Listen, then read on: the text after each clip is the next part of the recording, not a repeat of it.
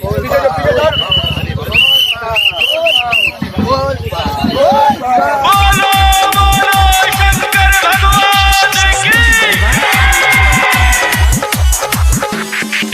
से सावन महीना चढ़ गया है तब से गौरी का दुल्हा बिगड़ गया है।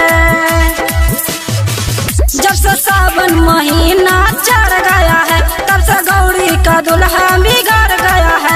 रे भस्म लगाया है गाजा बनाया है, भस्म लगाया है गाजा बनाया है, चिलम में डाल कर पी रहा है।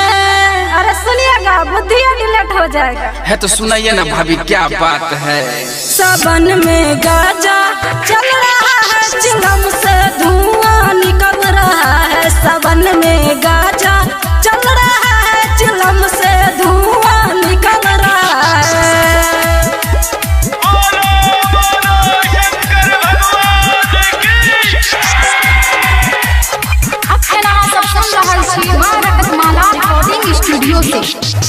चारों ओर से आया कवड़िया करने को दर्शन जी।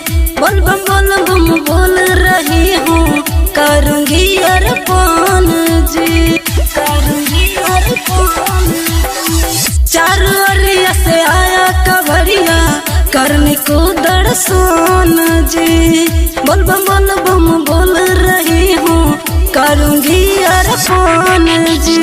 सुइया पहाड़ को चढ़ गई हूँ, सुइया पहाड़ को चढ़ गई हूँ, पसीना निकल रहा है। अरे चल रहा है तो चले ना, तो यहीं पर बोल बम बोलिए। अरे रुकिए भैया ऐसे नहीं करिए, हम भी चलेंगे ना। सावन में गाजा चल रहा है, चिलम से धुआं निकल रहा है। सावन में गाजा चल रहा है, चिलम से धुआं निकल रहा है।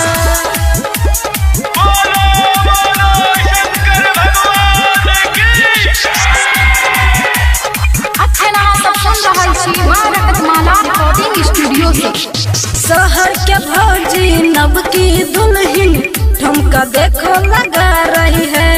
कंचन बिहार के सुपर गाना जम के वो तो बजा रही है, जम के वो तो बजा रही है। शहर के भौजी नब की दुल्हन ठुमका देखो लगा रही है। कंचन बिहार के सुपर गाना जम के वो तो बजा रही है।